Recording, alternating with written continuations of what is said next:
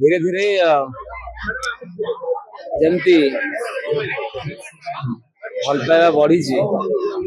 एटा तो इमोशनल वे रे मु किसी कहि पारुनी इवन गत थर चैलेंज सिनेमा मु प्रथम प्रीमियर करथिली बरहमपुर रे जेति भल पाए मिली ताठू बोधे एटा 2 गुना हो जाइए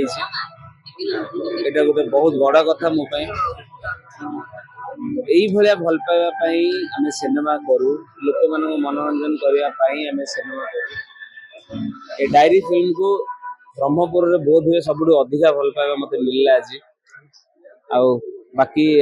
आज प्रत्येक सिनेमा हॉल रे हाउसफुल जाइछि तो ओडिसा रा प्रत्येक दर्शकों को मोर बहुत सारा धन्यवाद आपण माने ए फिल्म को निश्चित भाव रे परिवार संगे एंजॉय करिवे ए फिल्म को ए रजरे डायरी फिल्म आपण को निश्चित भाव रे मनोरंजन दबो।